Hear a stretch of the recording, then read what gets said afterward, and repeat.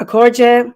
Good evening to you, good morning, good afternoon, wherever you are, or if you're watching a recording of this session, welcome to another Fireside Chat, where I'm in conversation with a member of the Order of Bards, Ovates and Druids. So just type in your name and let me know where you're from. Hi, Sherry from New York, Elvira, ciao from Italy, Sal from Ulster. Hi, John. And Lynn, lovely to see you both. And Jamie from Ohio, wonderful.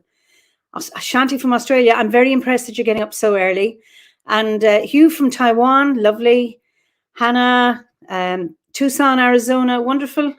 And freezing Northamptonshire. It's not so cold here, thank goodness. And Sian, I could always say from Germany. And somebody from Sweden, lovely. Poland, oh, great. And Debbie from Tipperary. Glasgow, Norway. My God, there's lots of people from all over the place. It's lovely to see you all. So let me introduce you to my guest this evening. We're staying in Ireland this evening, and I'd like to introduce Wolf Lorien. Wolf, you're so welcome to this Fireside Chat.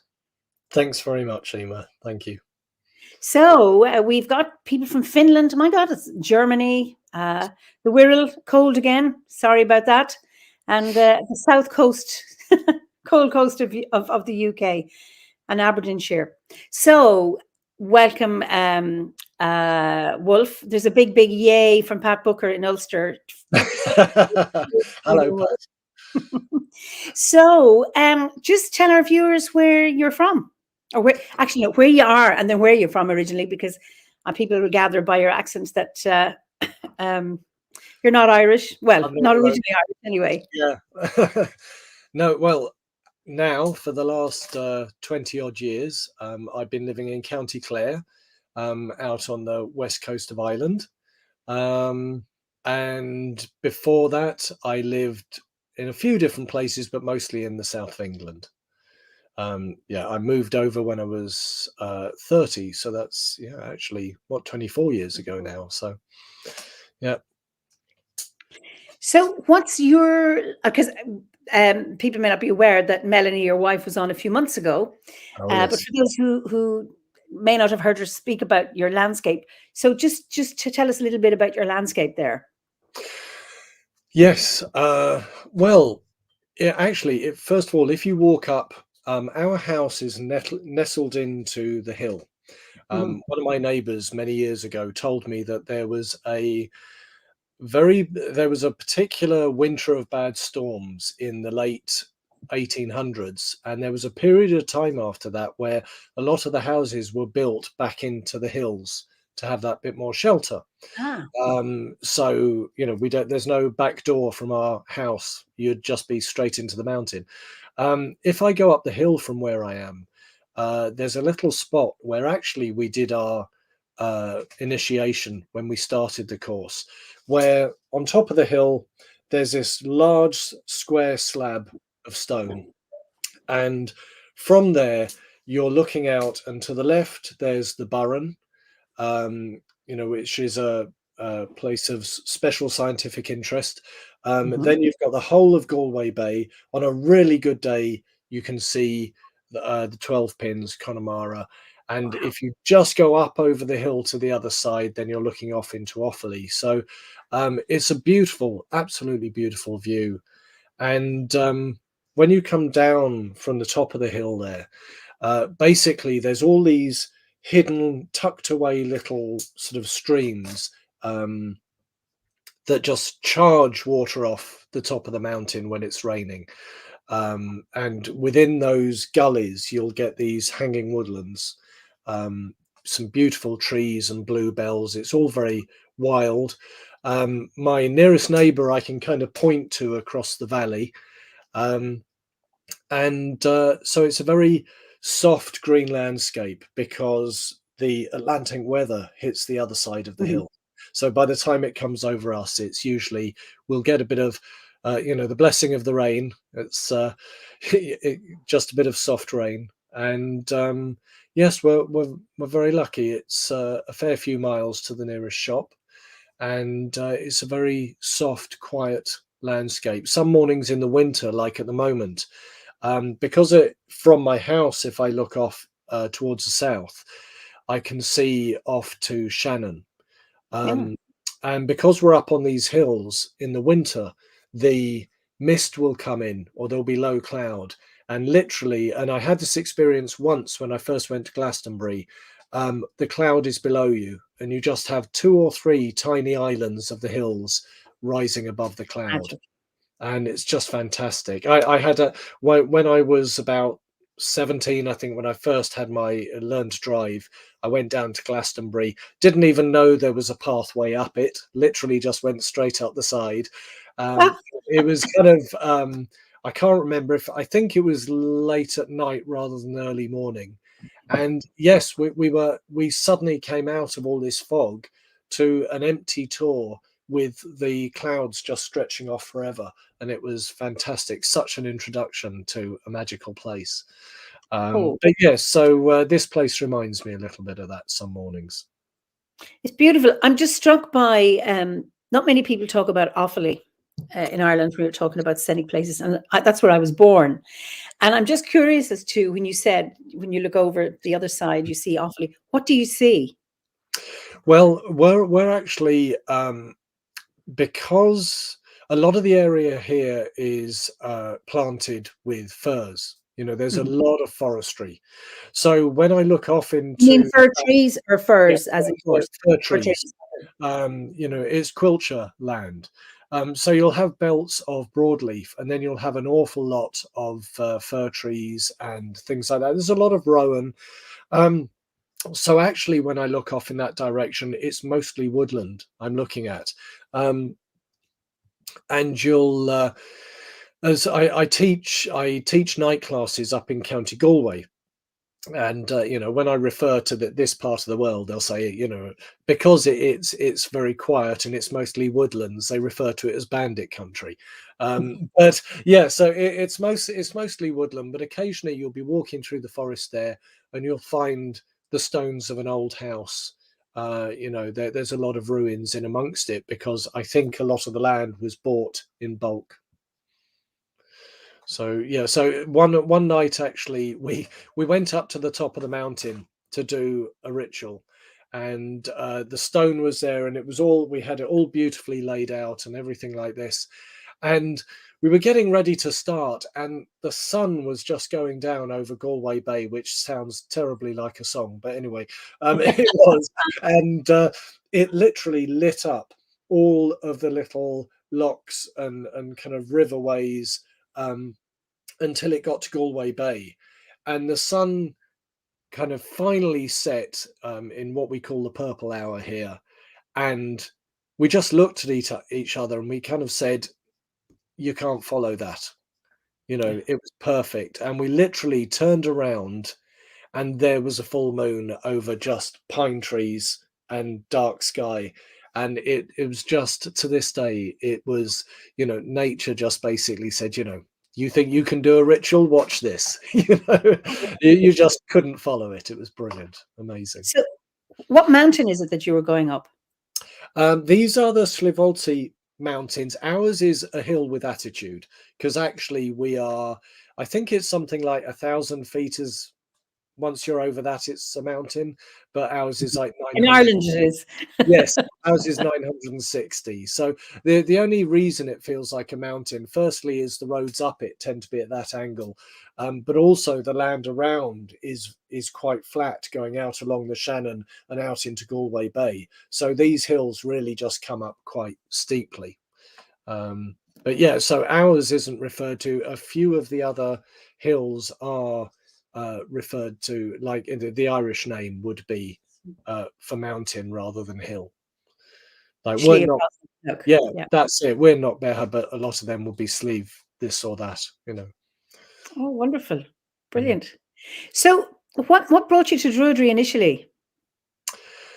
Well, actually, if I take a slight step back from that to kind of make it clear. But since I was very young, I followed quite a sort of pagan attitude. I was always very spiritually focused, and I remember when I was. This is quite curious, actually. I only worked this out recently, but when I was about 12 or so, I was off school for a reason, and I went walking my dog at the time with my mum, and we went off. This was down in the south of England, and we got to Mhm. this place called Viper's Hollow. Obviously, it's named after the adders, which is quite druidic now, I think back to it.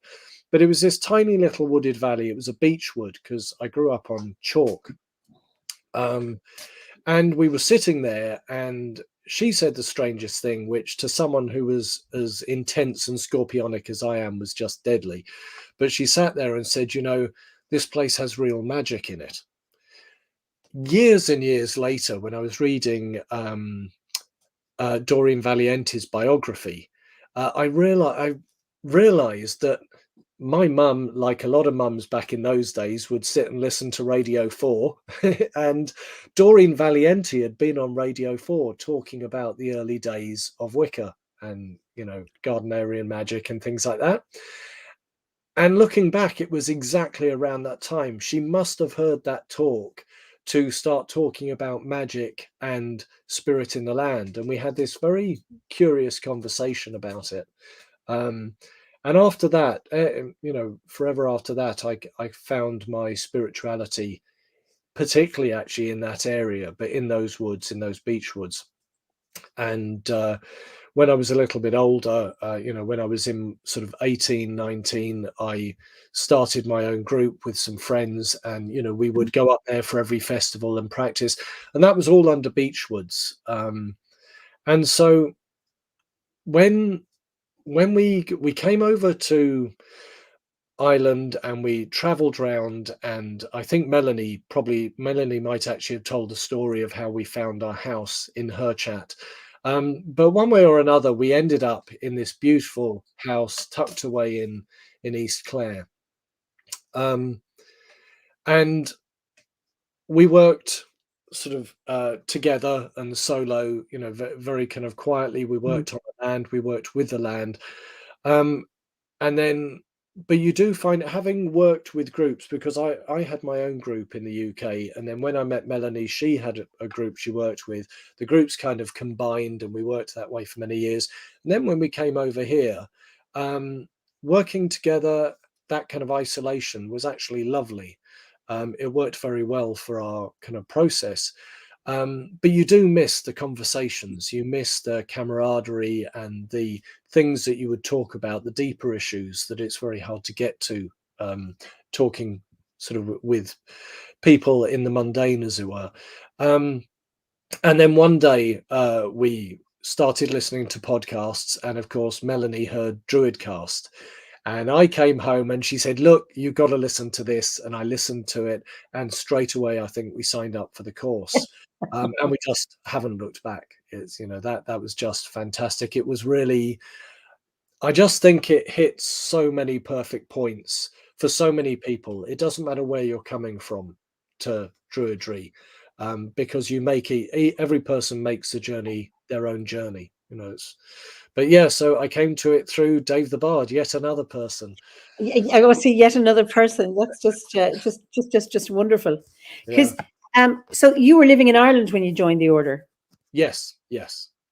I remember. I think my first memory of you and Melanie was you were holding the staffs as we entered or went through the tour for the tower, or the entranceway to the tour at one of the ceremonies in Glastonbury.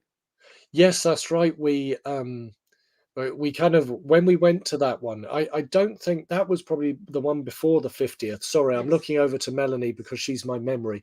But and yes, we went along to that, and You know, Melanie is one of those people that will leap into life and sort of take part in everything. And I would be quite a bit more introverted.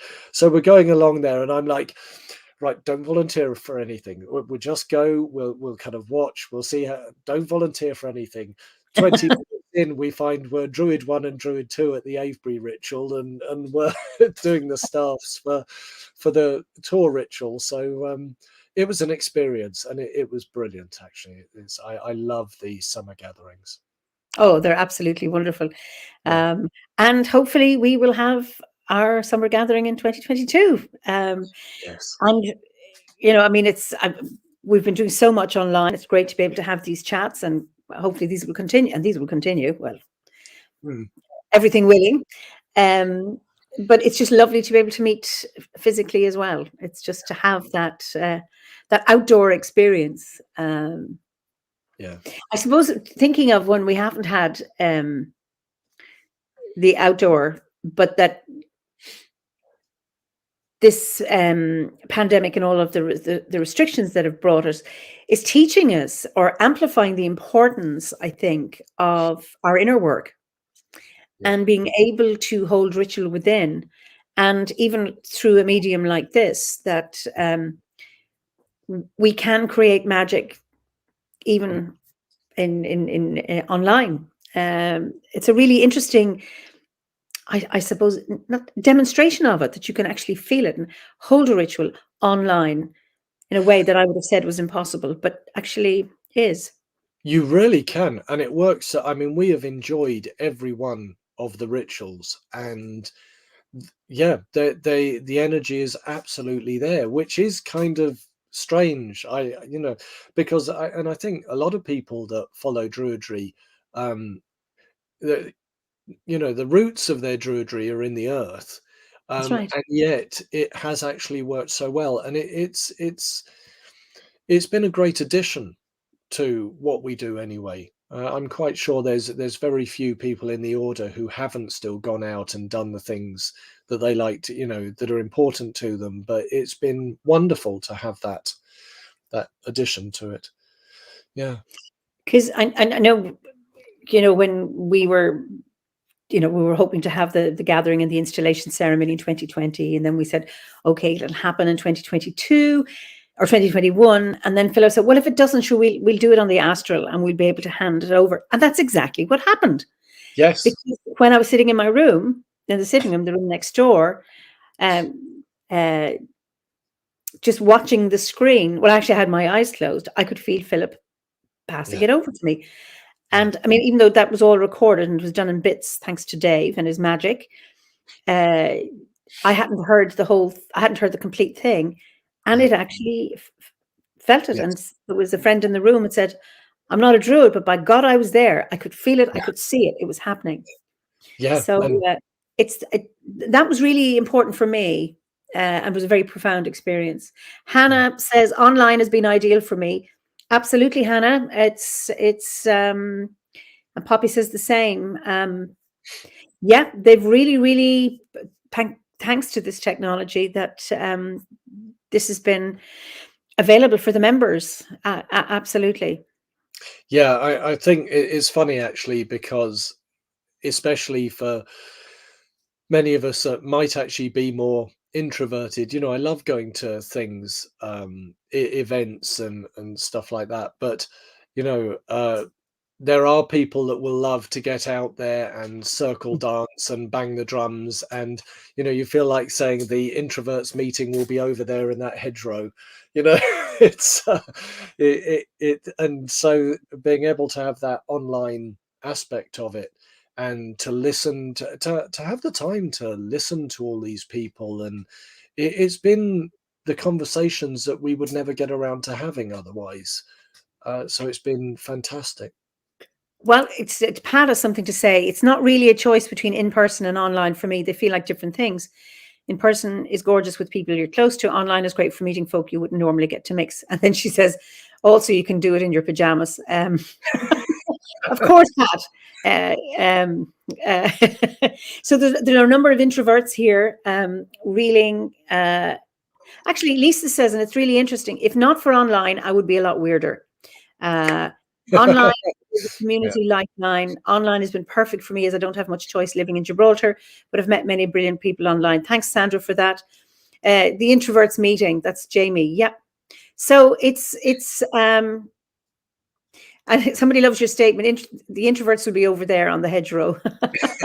So it's yeah. And then Brandy says online is like being in a great forest, for we're all connected. That's true.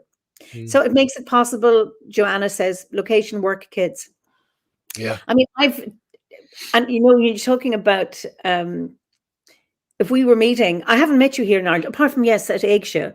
Yes. But and you know, the next time we meet physically, probably it would be nice if we did sooner, but it may not happen.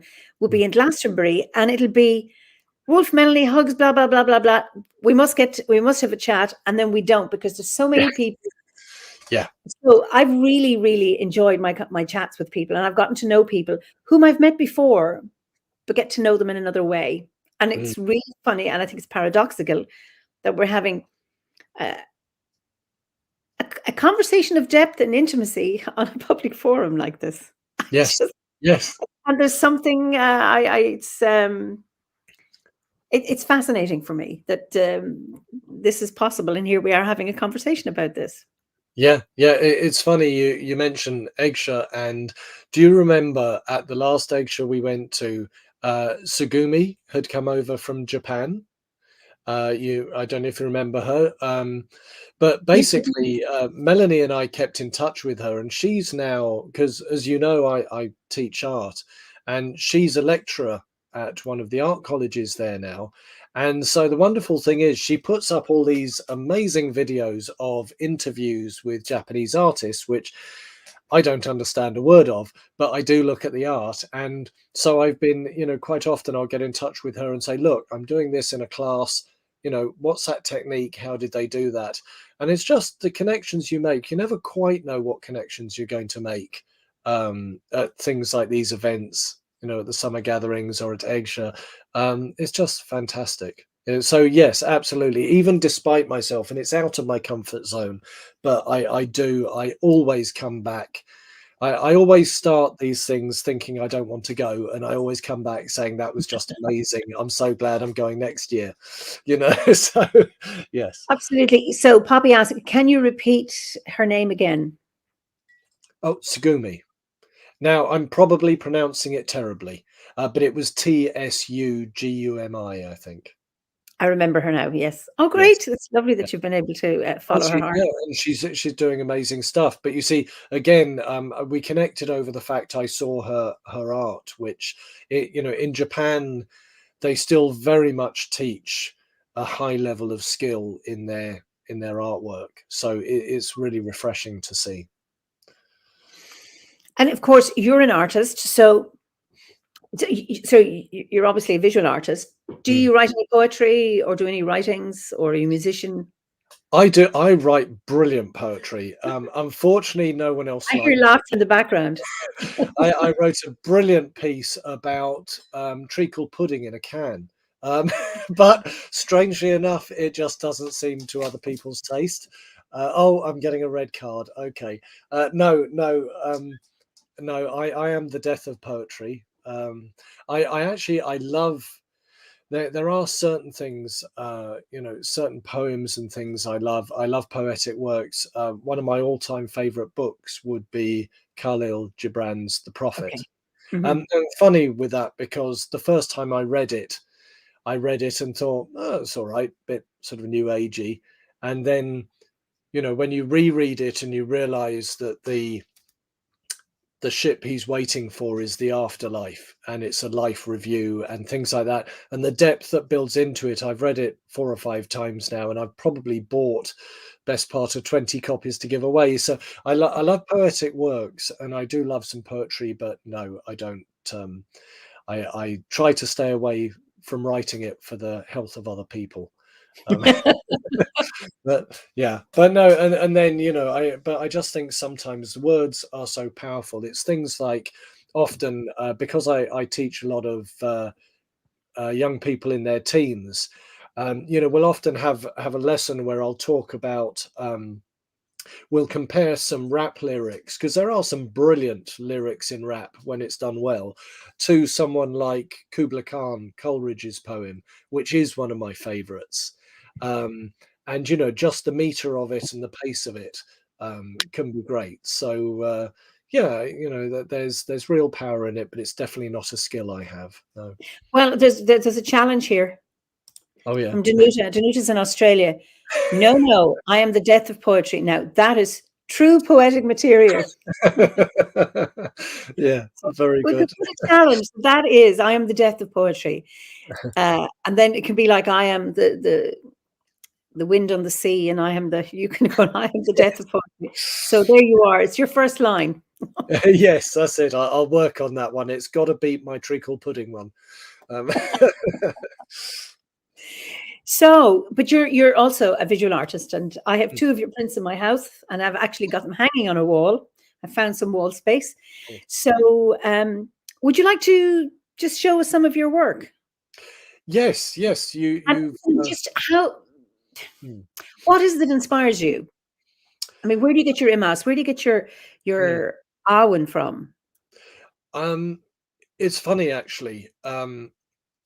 Because I teach classes myself, and also I work with young people, and you'll often get these situations where, even like on a staff day, you'll be doing something creative and people will say to me, come on, you're the creative one.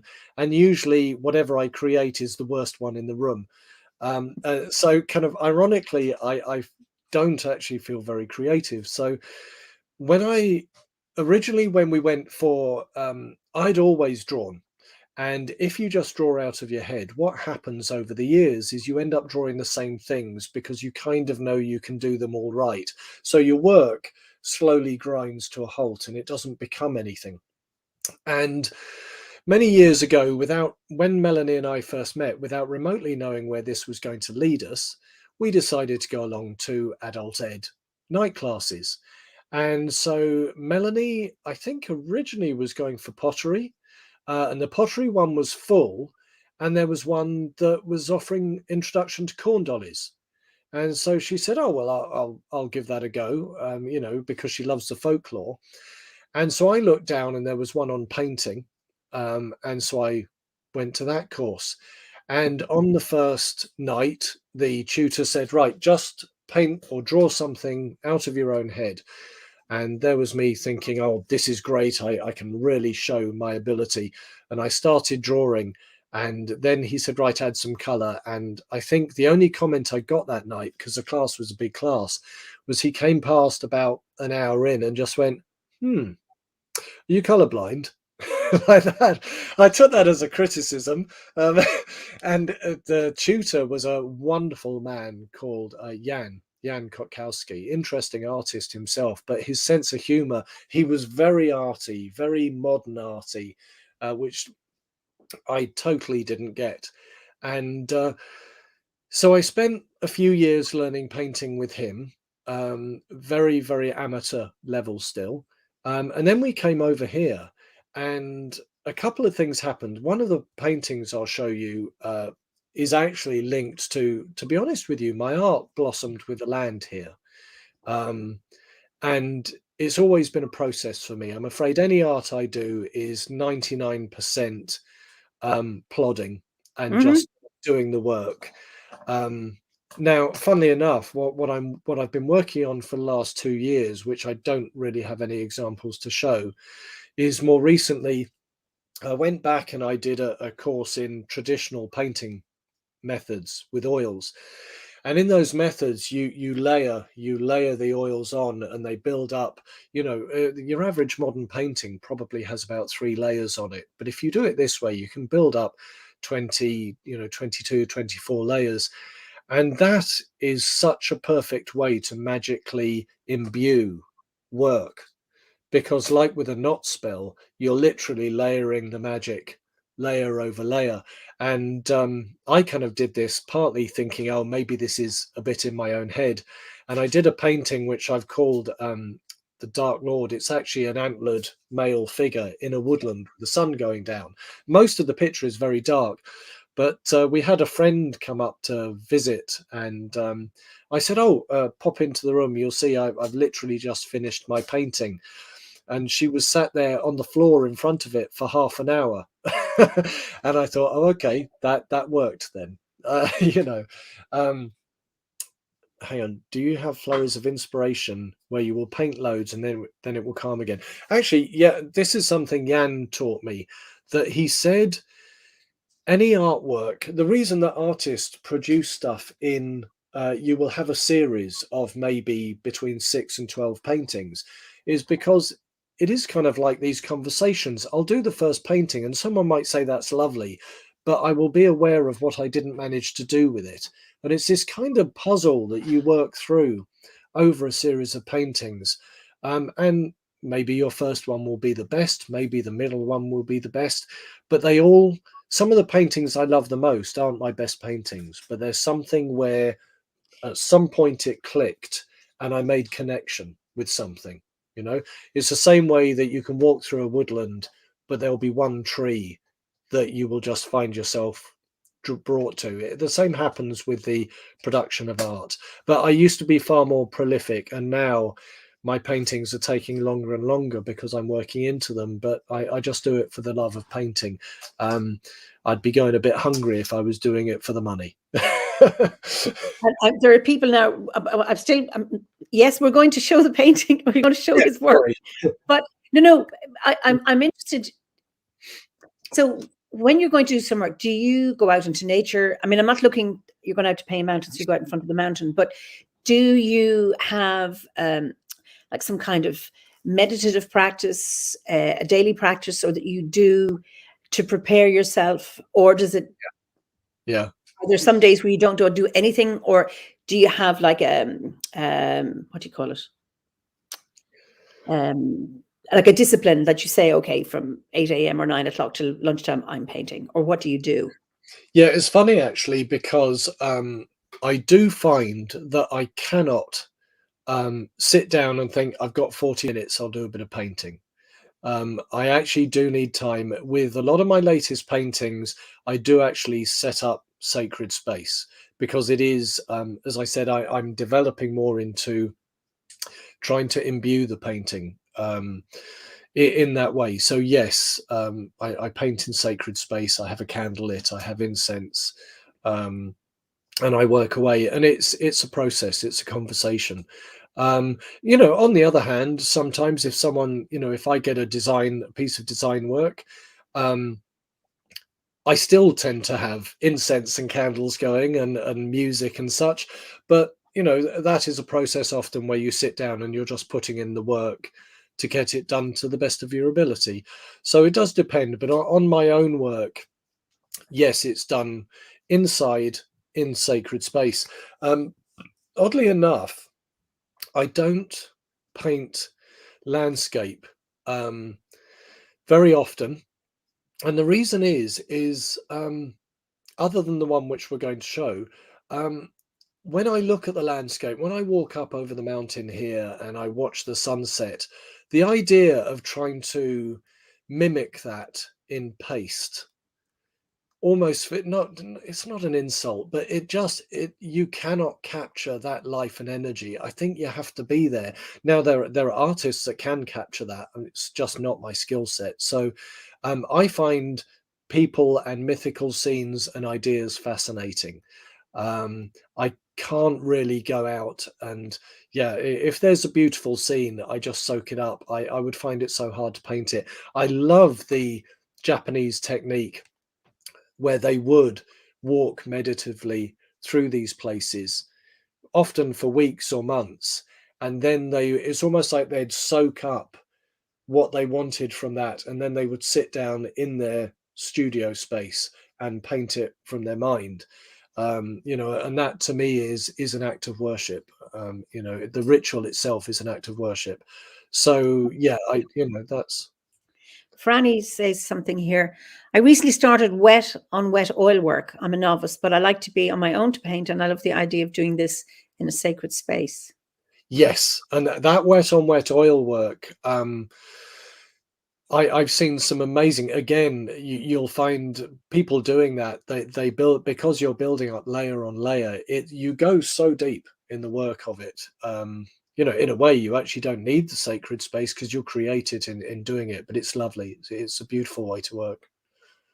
Here's a question. I was going to ask you this myself because I have my own vested interest. Shanti says, have you ever considered creating an oracle or tarot deck? You know what? To this day, well, actually, I'm wearing my Pamela Coleman Smith magician T-shirt there. The funny thing is, Melanie's written a book. Excuse me, may I talk about this? Sorry, Melanie's just, for those who weren't here when I spoke to Eimear earlier, Melanie is working away making corn dollies just the other side of the computer screen. So I just wanted to make sure this was okay. She's written a book sort of that links into the tarot in certain ways. And what I did was I did illustrations for each of the major arcana. But to be honest with you, they're illustrations of the story. Because again, for myself, I look at Pamela Coleman Smith's work and the depth in it, and I kind of feel my illustration is, it doesn't come close to what she did with those. I just absolutely love them. So it's tempting, but then again, where I started with a lot of art, I would do, again, I might take a subject and say, right, okay, and we need a hair here, and we need this there and that there. And to be honest with you, the Druid decks and the Plant Oracle deck, they can't be beaten. They do exactly that. I'd just be repeating it. And I wouldn't be repeating it as well. So no, it took me a long time to find the flow of doing what works for me. So I don't think I'd ever do that. It's been done too well already. I know this is your talk, but we're going to see your art. Poppy says, can we see what Melanie is making? Oh, yes. So Melanie is making these horseshoes at the moment, woven wheat, corn dolly horseshoes. And actually what she's got drying behind me, can I show one of the things? So things like this, that's a triple glory braid. Triple glory braid. There you go. So that's what she's making at the moment. I have one of both of those. I have the horseshoe and I have one of those. Oh, and they're absolutely beautiful. Just beautiful. Yeah. Okay. So Danuta says, I'm finding that it is more the case that I craft my life to fit my art rather than craft my art to fit my life. Awen and interweave and daily breathing. Do you have anything to comment on that? Finding that I craft my life to fit my, I suppose I've been very blessed because I teach art. I get up in the morning, I go in to work, and for me, teaching art is about teaching everything else because everything informs art. I use that as I am completely shameless. Like today, I just got a massive, I think it's about a 6-foot map of the world. And we, under the guise of the fact it is kind of a drawing, we looked at that and we talked about the world and we spotted where things were, and we talked about our place within it and things, and I feel that what we think and our ideas and the things we care about, that always has to be the root. For me, that is the root of what real art is. I have a discussion with this with a lot of the young people, because my issue with college was the fact that they say he was born before his time. I don't think they'll ever say that about me. I think I was born about 100 years too late. So I went to college with all this modern art that for me felt so lacking in any spirit. And so I talked to them about the fact that for me, great art isn't about what's there on the canvas. It's how much of a springboard it becomes for you to think your own ideas, to develop, where does it take you on from there? And that, so yeah, I'm very lucky that art is as much even interwoven in my life as, either way. It's they inform each other permanently. Now, are you teaching at second level or third level, or are you teaching privately, or what do you when you Second say? level, it's actually a youth centre where some of the young people might have dropped out of school for different reasons. Some might be non-nationals. All sorts of different people. The variety is the absolutely glorious thing about working there. Just so many interesting. Well, I mean, let's face it. I think the reason I'm still working there is I learn more each day than they do. But yes, a lot of the young people I teach will be between 16 and 21. Is this And youth reach? yes, yeah. Ah, So okay. so It's we very do different we do environment. LCA and we do sort of QQI and things like that. And yeah, it's just brilliant. It's really fertile soil for kind of learning and sharing experiences and things. And then often when I'm doing my night classes, I then come home, have a quick dinner, go off in the evening to Galway and teach a class there for 3 nights out of the 7. Okay, Poppy wants to know: do you teach privately?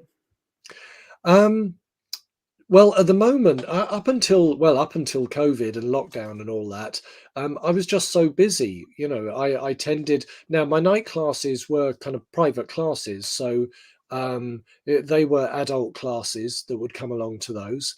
And at the moment, we have got a foundation for a building that will eventually be a workshop. And because I, having done all this online stuff, I really had this idea of wanting to teach online as well. Hmm. Because again, it crosses so many boundaries. It's wonderful. Um, but yeah, my night classes are sort of private art classes, and people come and they all have their own different skill level, their own interests, their own way of painting, their own materials. So for many years I was actually a jack of all trades and a master of none. It's only in the last few years that I ever really felt I began to find my style, because I had to literally go into a class and be good at watercolor or be good at acrylic and then pick up some oil paints. And so yeah, you end up being a jack of all trades for a long time. Can somebody look up the completion of that statement: jack of all trades and master of none, and then far better than this than master of one, or something? Yes, something like that. Would somebody look it up? Because um, there's a lot to be said for having those general skills within anything, to be a polymath, and it's Mm. not about excellent at all of them, but to be able to do that. And of course, I think as a teacher, if you're excellent at only one medium, what about the students that you have who that medium doesn't talk to? So I Yeah. imagine when you have your studio that maybe there's a possibility that you'll be teaching online. So anyone, Poppy, maybe you'll Yeah. Oh, yeah, it's fantastic. I love working through this because also you'll find with a lot of people, once people are busy, lost in something, you can talk in a way that might feel uncomfortable otherwise. You have these kind of conversations that just don't happen normally. And I do have a somewhat intense character, so yeah, I just love that kind of thing. Okay, a jack of all trades is a master of none, but oftentimes better than a master of one. Thank you, Brilliant. Danuta. I didn't know that at all. It's just one of those expressions I've heard. That's fantastic. And I think there are many languages that have that derogatory statement about being a master of none. But I love this, and oftentimes better than a master of one. Uh, so Poppy says, let me know. So, and when you're going to go online, and then Amanda from the US would be delighted to have online classes. Wonderful. Oh, that'd be great. So, okay, well, listen, I know people are wanting to see your work, so maybe we'll start to do this. Okay, so you can guide us through this. Oh yeah. So like I said, I was a long time learning with a lot of work, And one of the things that really did inspire me at the beginning was Chinese and Japanese style painting. And Indian ink, which I believe was entirely wrongly named because it came from the East and people didn't know any better, so they called it Indian ink. But I believe it's always come from places like China and Japan. You just can't get any blacker, as you can see from the eye of the hair there. Um, Beautiful. so a little while, basically, I went through college, and one of the things, saying about jack of all trades, one of the things that most people, because I went to a mature student, and a lot of the kids coming in from school, what really threatened them was as they'd got to the end of school, they had been the one well known at school for being good at art. And it's like, oh, you're good at art, and it became something they were. And then they go into a class where there's going to be at least 10 people better than them. And they found it hugely intimidating. It really knocks the confidence. I fortunately, going in as a mature student, I loved it. I loved that Mm. element of learning off my peers, off the other guys in the class, and seeing what they did, their experimentation, their interest in it. But towards the end, the weight of this kind of modern take on art, the modern artist, which is far more technique rather than technique, just destroyed my love of painting. And by the time I left college, I just couldn't think of anything I wanted to paint or do. It killed my kind of drive for a couple of years. And then I started the OBOD course and went into the Bardic grade. And, I would run screaming rather than ever sing anything in front of anyone. And actually, they would run screaming too. But so I realized as I went through the Bardic grade that it's what helped me start again. And so I started with black and white. I started with very simple techniques and just this Indian ink. And what I love about the Indian ink, there's a couple of things. One thing is, if you make a mistake, you cannot get rid of it. It's there. So I would start with these paintings. I would have about 4 little jars of Indian ink getting increasingly dark in color. And you just start with the light stuff. So the first one I did was actually the hair. And I drew this one out and I started working on it. And as I developed it, I looked at this and I said to Melanie, I said, no, I'm going to have to bin this one. The eye's too big. And Melanie said, no, the eye makes it. And and you know what? It's sold more than any other painting I I did. have it too. Yes. And to this day, I look at it now and I think, yeah, I love it. I really enjoyed doing it because it was such a surprise. So after I did the hair, I was thinking about sacred animals that are sort of indigenous to these lands. And one term, it's actually off guy called Gordon White. What's his podcast? Rune Soup. He referred to England, Scotland, Wales, and Ireland as the Western Archipelago of islands. And I thought that's lovely because obviously I've come from England over to Ireland. My contact with the land has been, it's the same land, the same way you talk to it and touch it. So basically, I started looking at the kind of the animals that have been sacred animals within these lands. So the Druid's bird, the wren, was the next one to be done. And again, that's probably about the closest I get to painting nature most of the time, was to suggest it. I love the work of John William Waterhouse, what he does with nature. And he, because he puts it there, but it's almost ephemeral. It's subtle. You almost feel it in yourself. But anyway, so that was the Druid's bird and the hare. If you move on to You want me to do that? I can. So working along on the animals, I mean, obviously living where I do, for a start, there's a lot of cattle bred around here, and I was thinking about the fairy cows with the black-tipped horns. That's like an old Irish breed, I think. It's years since I painted these, but because of the way I am, as I said, it's that difference between someone who just has this intuitive creativity. when I sat down to paint a bull's head, I painted a bull's head in the middle of a sign, and it just looked like it was a sign for a coffee shop or something. There was nothing to it. So I ended up doing, now these are 2 pictures, by the way, just placed together on the slide, in case someone thinking that I'm far more modern than I am. So the bull one literally is, I just took half the head, and that was the sort of size painting.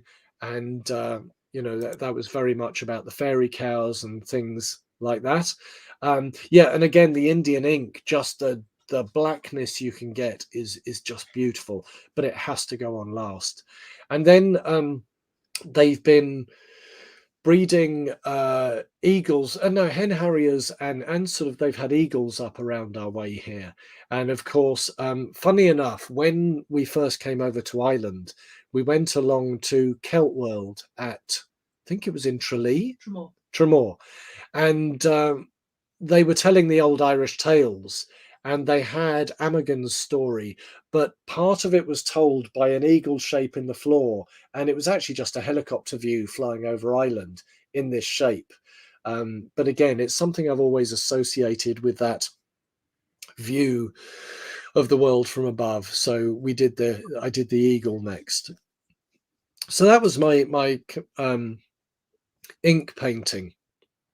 Just a case of building those up in different shades, and I love drawing. I love black and white work. And you saw that little thing I put up. You have an eye for the eyes, and Yes. I mean that strikes me. At first, when the first thing with the bird is, oh my God, look at that eye, and then I see the beak, and then I'm looking at the cow, and I see the horn, and then I see, oh my goodness, that eye just draws me in. It's just magical. Yes, they really are the windows to the soul. Oh, absolutely, yes. So what was next? Okay, let me see. Oh yeah. So after that, I begun to build on my drawing a little bit. Now, funnily enough, Lou Lavada on the left, and would you say I'm pronouncing that right? Lou Lavada? You love other. Lavada, okay. Funnily enough, that was a charcoal drawing done in a life drawing session. And the guy was just sat there. He was actually wearing a hoodie, and the drawing kind of worked out in one morning, almost to the level you can see there. And I kind of just felt he had this very Celtic warrior look, so I changed the hoodie into a cloak. Beautiful. And added the spear. I love the Tara brooch as well. Yes, and that's I love the way with a lot of the old kind of Victorian painters, because they were in the process of robbing the world, they would say, okay, let's make this one look Roman. What have we got in the grab bag? And they'd pull out some antiques and they'd go into the painting. But yeah, so that one worked out very nicely, and I decided I wanted to do some more. And I did the second one about Ellen of the Ways. She was one of the horned goddesses that Melanie had a friend who was very much it was Caroline, wasn't it? Wise. Caroline Wise. Yes. Who she was very much into her. And but I must admit, again, this is where I'm slightly unoriginal. I completely robbed a old black and white photograph of James Joyce's daughter as my model for Ellen of the Ways. Oh. So but it was just such a striking image. I decided to do that as a charcoal drawing. So these again is part of the technique where I just started layering charcoal. This is actually using pan pastel from I used to order it in from America, because you could only get it from there originally, but it's a really soft kind of charcoal pastel mix, and it's beautiful for working with like this. Oh, lovely. Fascinating. Well, you're inspiring people to take up charcoal again. Good. So wonderful. Just wonder, Poppy asked, is with your ink, is it ink on paper that you do? Yes. Now, what I do is I get quite a heavy print paper. And the best way to do that is actually to get it through arrangement with an art college, because when I was in the art college, I'd go down to the print department and they would have this lovely thick paper. which will really soak up the ink. And it would cost about €1 a sheet. And so then I went to order it from my local art shop, and it was going to cost €30 a sheet. But the funny thing was, I was doing a painting on one of these sheets one day, and of course we live in a tiny little cottage. There are 2 rooms downstairs and 2 rooms upstairs. The one of the rooms upstairs has been split in 2 into a bathroom and a spare room. So anyway, I'd been painting this painting of Scylla. Scylla and Charbadis, the monster in the whirlpool in Greek myth. So anyway, I'd been doing this painting, and I'd left it up on our living room floor to dry. And there was I'd asked a guy to come and visit to let me know, to give me a quote on putting some Velux windows in because the house is so dark. And so he comes in his boots and he stomps up the stairs and he walks straight onto my painting. And when I said to him very politely and calmly, I said, "Would you mind moving? You're standing on my artwork." He kind of did this little pirouette in muddy boots and then stepped off it. So because it was on this lovely thick printing paper, and when I draw in waterproof pen, and I was using Indian ink. So I then put it in the bath and gave it a scrub in water to get all his boot prints off. Managed to save it that time, and then sometime later, when I was doing a lot of stippling, which is just dotting. When I was doing the face, it went horribly wrong, so I then had to take sandpaper to it and redraw it. So the paper is incredibly resilient. At some point, I'll look it up, and I can always let you know, Eimear or something, or someone can email me, and I'll let them know what the paper was. But yeah, it's just really good, solid paper. So Lisa says, I've tried the Stephen Reddy technique, permanent India ink and India ink washes, then watercolor over that, not watercolor paper, but something suited to ink. The India ink tones down the colors in a beautiful way. Wow. Yeah, you see, I must admit, it's the blessing and the curse of the internet is for anyone who works art, you get really pleased about something. Then you go on the internet and see that there's 1,000 people doing it 10 times better than you.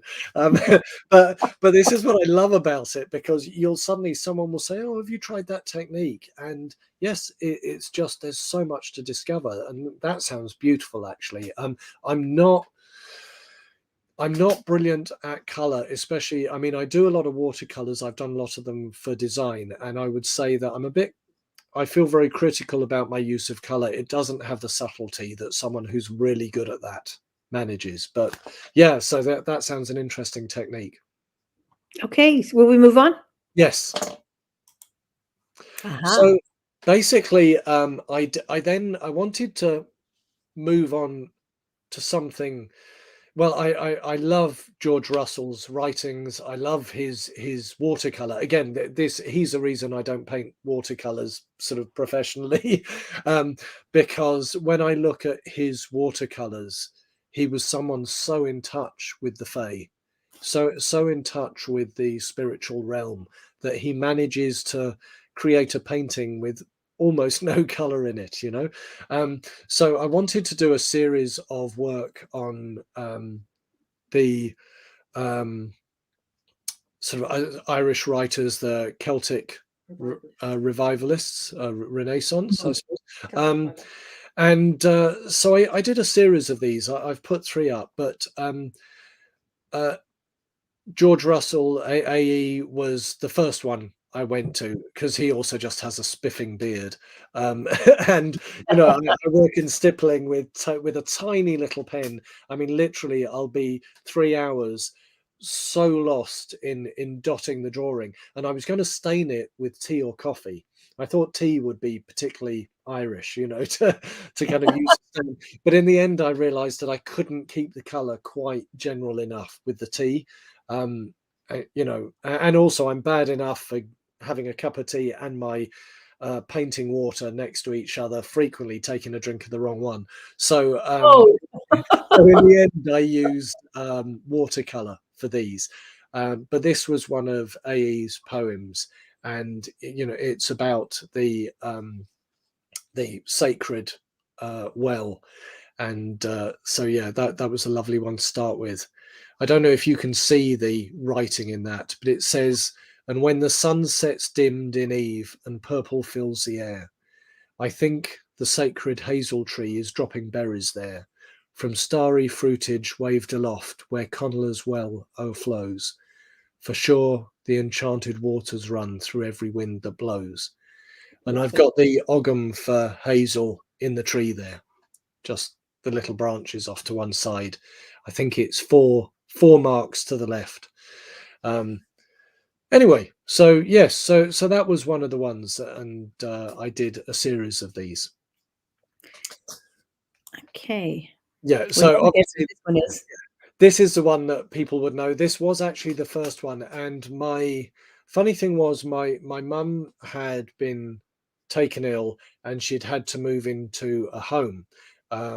And so I'd gone to visit her when she'd come out of hospital, went back over to England, and that was where I just had a little picture of WB Yeats on my iPad. And because I was sitting with her for a fair few hours, and a lot of the time, she wasn't really up to chatting much. And it's actually her who inspired me to start drawing in the first place. So I just sat there and started doing this sketch of WB Yeats. And that was actually what began the series, was this drawing. And of course, I quoted the famous line of his there, and did a picture to match. Beautiful. There's some questions here that I don't want to let go, so I'm going to just pause on the exhibition for a minute. Danuta says, what do you feel is the power of offhand comments of teachers in directing our exploration as artists? How has that worked in your life? The power of offhand comments of teachers. Well, you know what? Something struck me about college that was completely the wrong way around. The people who did the worst in college went on to teacher training, which kind of suggests that the worst artists are the ones you're getting as art teachers, which isn't how it should be. Now, they're not. I would say with a lot of the ones I saw go on to that, like me, they just didn't really fit into the modern art kind of ego money selling. You will see a lot of modern artists these days will mimic scientists. In their studio, they'll be wearing a lab coat. A lot of the art is presented almost as if it's science. And then, like Mr. Ben, there'll be an instant clothes change and they're a salesman. And as I said, the talknique comes in. I love that expression, talknique. Yes. Actually, in my first year, I was painting away, and this guy, he was a great artist. He was using all the old Renaissance pigments. And he came round, he was in his fourth year, and I'm absolutely terrible at names. So I think his name was Steve, but then again, could have been anything. And he took a look at my work and he said, wow, he said, you really love drawing. And I said, yes, I do. He said, you're going to hate it here. And he's the one who said, you won't be learning technique, you'll be learning talknique. But he went on to say that what you'll really learn, you'll learn from the students around you. And he gave me the greatest piece of advice. He said, always go to the technicians in a college. And I learned a ton of painting techniques from the guy who was a technician. You'd think he's just there to supply the paints, but he was a great artist in his own right. And he'd be the one that would look at your work and say, why don't you try applying the oil in this way, and things like that. So, but going back to the question about offhand comments, I think I was smathering away, good Irish word, at my canvas one day and getting nowhere very fast. And a lady came past, and she used to have most of the students in tears. She was a fierce critic. And she came past and she looked at what I was doing and she said, she said, that brush you're holding is a tool. It's not a stick to get the paint from your palette onto the canvas. And although she could be cutting like that, when she walked away, I thought, that's right. I'm not using it like a multi-tool. I'm not using it in different ways. I'm just using it to carry paint. So sometimes the most critical comments are actually useful. But when I teach, and again, I'm often teaching young people who've had a bad experience in school. with art. I find there's two things. The first thing I do is you make sure that the first drawing or painting someone does is something they'll love, because the minute they have enthusiasm, they can do anything. And that's the bottom line. You know, it's a bit. I played piano. Well, I nearly murdered a piano for 4 years. I think my first year and a half was literally doing the C scale, and that's if ever my teacher was a chain smoker who would snap the lid on your fingers if you look down. And after 4 years, I realized not only do I hate piano, but the piano hates me. And I should be brilliant at it because, as someone once said, you know, I've got loads of CDs. I really love piano music, but, you know, no, I think with anything like that, you need to love it first. You need to have that enthusiasm, because then when it goes wrong, you'll think, okay, how do I make this as good as the one I did before? So yeah, that's where it comes from. Just a love of what you're doing and patience. But I also think if you're nervous and insecure, and a critical comment from a teacher can knock that, and it takes the pleasure out of it. Yes. Where I remember being in Caimabon in Wales on an OBOD retreat with Philip, Stephanie, and Penny and Arthur, and part of these retreats there's always some craft element, and this is where Stephanie comes in, and we were invited to make shields, and I did a hair, but I was painting oak leaves, and I'm not a painter, even though I've been in art groups. I work with textiles much easier. Painting and drawing just intimidates me. But I remember Stephanie saying, if you try this, just shade it a little bit. She says, you see how the leaf comes out of the page? And I go, oh my goodness. And that's all she needed to do was she's very encouraging, but she says, just try this. Yeah. And that shield is in my camper van. And I look at that and I go, I'm amazing. I mean, no other artist would think that. But for me, and I can see the leaves, they stand out on this shield. Yes. And that was just that little bit of encouragement, and that little, okay, she's teaching me a technique in the gentlest of ways. And she was also very clear. And so thank you, Stephanie, if you're ever watching this. I really appreciate that, because that's my magnum opus and the only one, you know. But it's that having somebody encouraging, particularly when you feel intimidated. Yes. And to show you, sometimes, you know, just a single technique is a bit like someone giving you the first tool for your toolbox. And when you then look at your next piece and you think, well, you know, I can actually do that bit, and you start to see what you can do on it. It's a case of giving people, I mean, it's, again, this is why I love doing what I do. There's one lady who comes to my night classes. She's been coming to them for 21 years, as long as I've been doing them. And every autumn term, she does a set of individual Christmas cards for her family. Now, they have this heirloom of 20 Christmas cards personally painted for them with dedications on the back, because we print them then and she sends them out. And then she wrote a book of her poetry and illustrated it herself as well.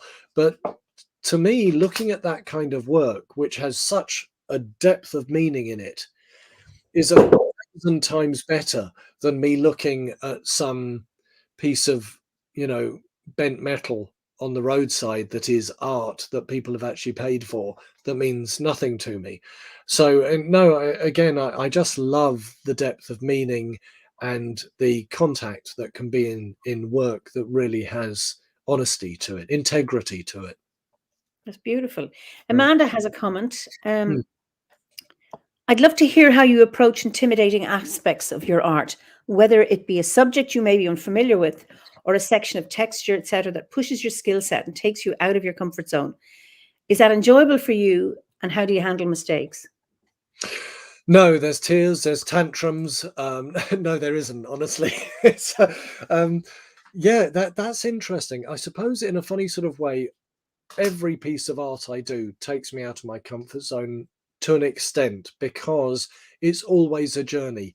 I don't like to, because I spent my early years repeating the same stuff over again, and I'm actually the same with ritual in this way, that I don't get comfort in that sense from repeating something that I know I can do. That becomes stale very quickly. So with all of my art, on the one hand, it always takes me out of my comfort zone.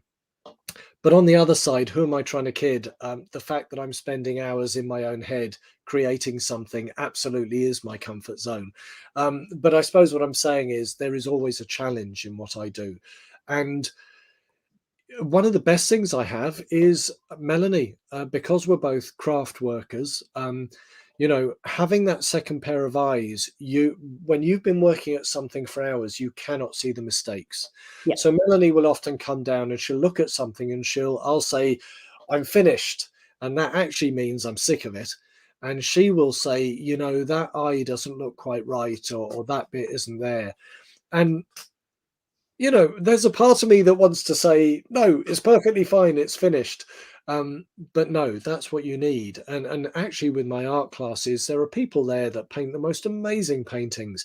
And the only skill I'm really bringing to them is that second opinion. I'm coming past fresh eyes and looking at it saying, you know what, actually, that needs a bit more color or whatever. And they just produce amazing stuff. I mean, Portumna, where I teach now, we worked out the other day when we had our celebration of 20 years. I think it was something like 3,500 paintings had come out of that group over the years, and they're all over the world, and they're all personal. They are paintings that people cared about and created through their own time. So yeah, it's just amazing. But I think the challenge is integral. It's important. Otherwise it's just production. Gabriella says, I learned the theory and the techniques in school. I feel grateful for doing that so young, yet it did make me stop for a few years. Yeah. It wasn't the techniques, but the people. Yeah. Yeah. Yeah. So, I think a lot of art comes out of moments of silence. It comes out of personal time. And, if you're the only one that likes it, it's still wonderful art because it's a process it is like creating a ritual. At the end of the ritual, when everything's cleared away, you're the one carrying that energy. And I feel it's the same with art. You carry that power. And sometimes, as we found with the internet, that power can cross over to other people. But yeah, it's a process. And I think that's important. and Jamie says there's a difference between critique and criticism. Absolutely. A difficult thing that artists deal with the moment their work is shared. Some teachers should not be teachers. The damage is real. Yeah. Absolutely. It's funny. The first art teacher that made me want to paint was a born again Christian young teacher when I was about 10, called Mr. Newman. He was a born again Christian. But again, his interest in what people were doing, and I could have been headbutting blue paint onto my canvas for all for all he cared. But he just had that inspiration. And then I went on to secondary school, and quite frankly, not only did the art teacher couldn't care less, but the entire year failed. I failed my art O level, had to retake it in a day. And yeah, that stopped me painting for 8-10 years. So yes, the damage is very definite. So will we go on to Yes. our next painting? Yes, Mr. Ah, Oscar. Oscar. Yes. So yes, with his sumptuous coat. Yes, and now actually I had a problem. I felt that Oscar Wilde had to be there, obviously. I had to be careful with the images because they have to be over 70 years old to be acceptable for copyright. Okay. So some people were saying, oh, would you do Seamus Heaney? No, I couldn't, because also I couldn't easily get permission. I don't know, I didn't. Well, not being Irish either, I figured probably wouldn't get permission. But so I wanted to do Oscar, and then I looked at his work. It was so hard to find a neat, short, quotable bit of poetry. But this one, I can't remember if this was actually about his sister, but it's tread lightly, she is near, under the snow. Speak gently, she can hear the daisies grow. all her bright golden hair tarnished with rust, she that was young and fair fallen to dust. Oh, And so yeah. I did the Celtic cross with it. And I just felt that really just cuts to the heart of who Oscar Wilde was, for all his affectations. That's right. There was such depth in what he had to say. That was really moving. Just Mm. beautiful. Yeah, so Oh, this is funny. This is me, in a way, when you talk about design, many years back, basically, I was asked very kindly by a lady that ran the local hospice that she wanted to renew the place and she wanted to name the wards after holy wells. She felt the idea of the healing waters, the kind of that root of Irish culture, something that's so close to the hearts, especially of the older people. So she said to me, would I do a series of paintings of the holy wells? Now, I must admit, I would have loved to have done this as a gift at the time, but we had no running water in our house as it was. When we bought our house, it was a stone shell with a roof. It had no windows, it had no door, no electricity, it had no running water, no sink, no toilet, nothing. So each morning I would have to fetch our water in 2 buckets from an acre down the field. And Melanie, like between the two of us on wash day, you were just walking up and down the hill endlessly to wash the clothes. She'd be out in the field with the soap board, and I'd be supplying water. So it was a tough time. So if someone said, would you paint this? Would you paint that? Yes, absolutely. But it was a pleasure to do this. So what we did was we travelled round East Clare looking for holy wells. This one is actually tucked away behind the AIB bank, I think it was, in Killaloe. And oh, what happens is you go into the bank, preferably not with a mask on, and you say, will you let me through to the back? It okay. sounds like a really polite bank robber, but what they do is they take you through, and there's a garden behind the building, which no one would normally see. And there's this holy well. And we got there, and there was this sheen and a gig just Yes, propped against I the side. noticed. Yeah, Wow. and it's a real solar wheel one, because the other hand is under the leg and one hand's over the leg, so it's like the Bridget's cross symbol. But yes, there was this beautiful sheen and a gig just propped against it. We said, oh, sheen and a gig, and they were like, oh, is it? Okay, off you go. Let us know when you want to come back out again. So I did a series of these, and each of the wards was named after the holy well. I'd assume they're still hanging there. So yeah, that was lovely to do. But in the process, we travelled around, and each time we visited the well, we would clean it and then bless it, and then I'd go away and I'd paint it. Beautiful. Absolutely exquisite. Yeah. Wonderful. And yeah, this is another holy well. There's only 2 of them I put up here. This one was actually struck by a van the other day because it's on the road from Scariff into Ennis near Tuamgraney. And I think that's actually an what do you call it? A water font. Yes, on the outside. But anyway, it's a beautiful stone well, and again, the water inside is beautifully clean and pure. I remember many years ago, I went to an event on the Burren with Starhawk, and her particular thing she was doing was she was talking about about water and purity of water and the importance of water. And she said Ireland was the only country she'd been to when she said, does anyone actually have any water that has come from a well? And suddenly everyone just held up their bottles, and they'd all brought them all from their own wells. And she said, only in Ireland, it's anywhere else, it's kind of plastic bottles that they've got from the store.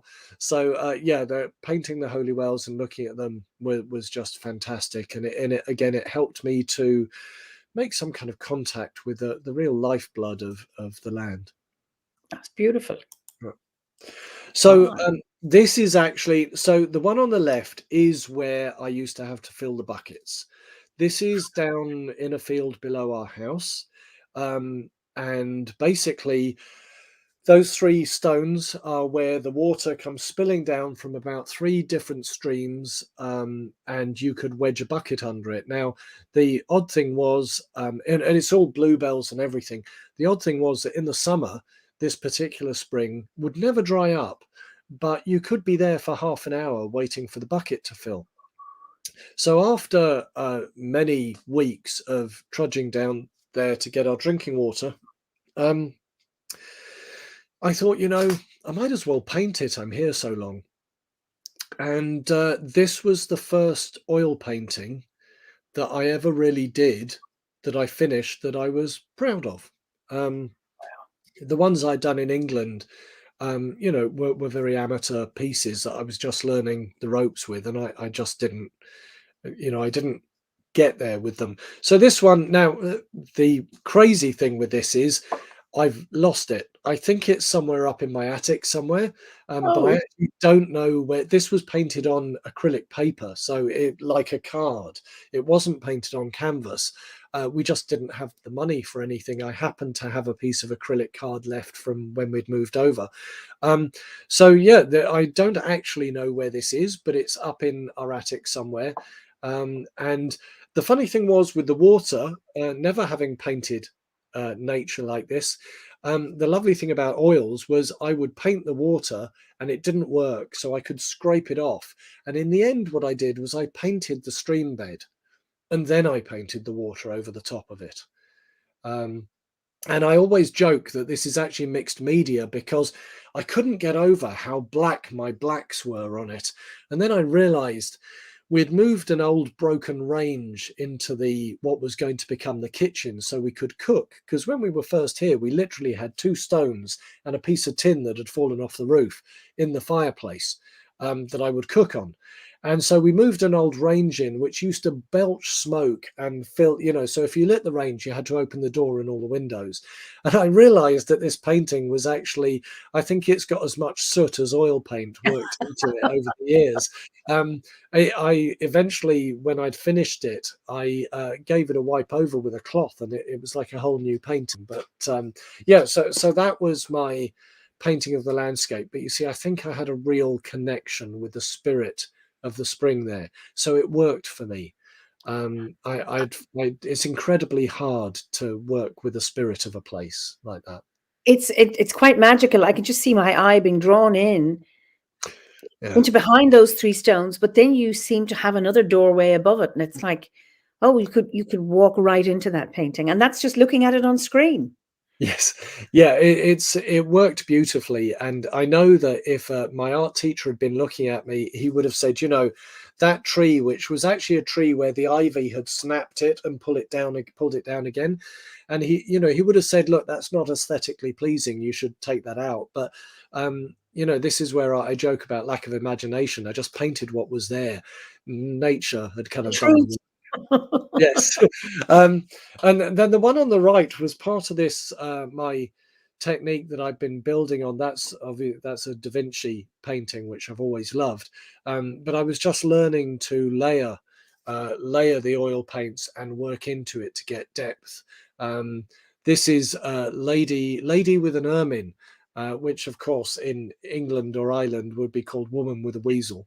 Not quite as but the interesting thing was, when I had gone through this, I'd started doing a lot of design and I was getting lots of work, but your heart can't get into things. When someone says produce this, you can do it, and that's fine, but it's an exercise of production. So Melanie said to me, she said, if you really want to start to work into your paintings, you need to create a sigil. And that's because at the time I was doing black and white paintings in the Chinese and Japanese style, a lot of their black and white work would be finished off with a red stamp, that signed in that way. So I created a sigil for the artist I wanted to be. We did a magical kind of ceremony. Once we'd created it, we sort of set that up, and that's actually my logo for my business cards as an artist. And now I sign each of my paintings with the sigil rather than a signature. And if it's something where I can't do that, it goes on the back of the canvas where it can't be seen. So where is it? So down the bottom of the lady with an ermine, you'll see a circle with some lines and marks in it. Oh, okay. I don't know. Yeah, I'm using my mouse. Can you see my mouse? No, no, I no. can see. Okay, it doesn't Um, show. but Okay. also, I mean, on my, if anyone wants to, they can look on my website. And Actually, while you're just talking, I'm going to type in the website so everybody can. oh, yeah, What is your website? it's just www.wolflorien.com. Oh, that's a hard one. Okay. Yeah, I need to do more work on it. It's Melanie, who always said she was completely technophobic, created the most amazing website herself, and updates it constantly. And it always makes me feel a little guilty because I get to mine about twice a year. But it does have examples of the work I've done on it. Yeah. I've just had this message. Having trouble connecting. Please check your internet connection. Can people hear me? Yeah. Pat, would you put in wolflorien.com? It's just that I wanted to put it on all of them because there's 4 channels this is going out on. For some reason, it's not working. Okay. But to get back to your nature one with the well, Yes. is Pat said, a number of people, I see 2 faces, one above the 3 stones. There are a number of faces in that painting. So that's really interesting. It's funny you say that because when I was at college, in a desperate attempt to get some kind of spirituality into my work, because that really is like a curse word at art colleges,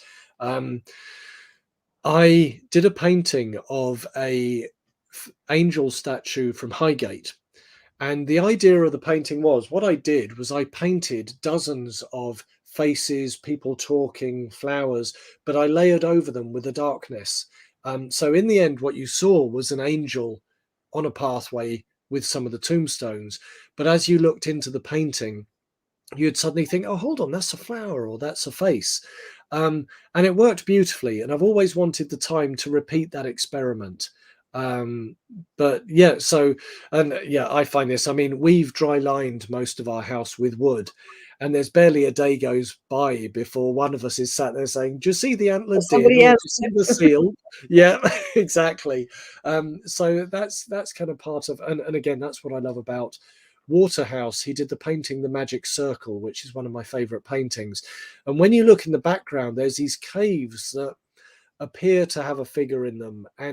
But again, it's just that level of hinting at something without having to make it so obvious that it's just painted in, you know? Lovely. But, yeah. I can see why it's the YouTube. I can't post on YouTube. It's only gone on the Facebook one. So for those of you who are on YouTube, it's www.wolflorien.com. So I've tried twice, but it went on Facebook. Great. That's wonderful. Okay, Salve says incorporating a sigil also is very special in also weaving in your heart intentions. And I know I have a friend, Sherry, when I first met her, she's an artist in many ways, and she uses textiles, and she used to make big flags and create stuff for carnivals. But when she would be sewing stuff, there'd be little pieces she would sew in, and each one had a prayer. And I'm always fascinated how people, what a sacred art act. And I know Melanie does, because when she's made things for me, she's put intentions, prayers, or whatever. And I think it's just so beautiful to be able to weave that into your creativity. Yes. Yeah. I think I really couldn't do it without, but now, because, I got to a point where I realized you can go into art, you can go the professional route and essentially chase the money, or you let it be and you paint for the love of it. Now, some people are very lucky they get to do both. There's some amazing artists.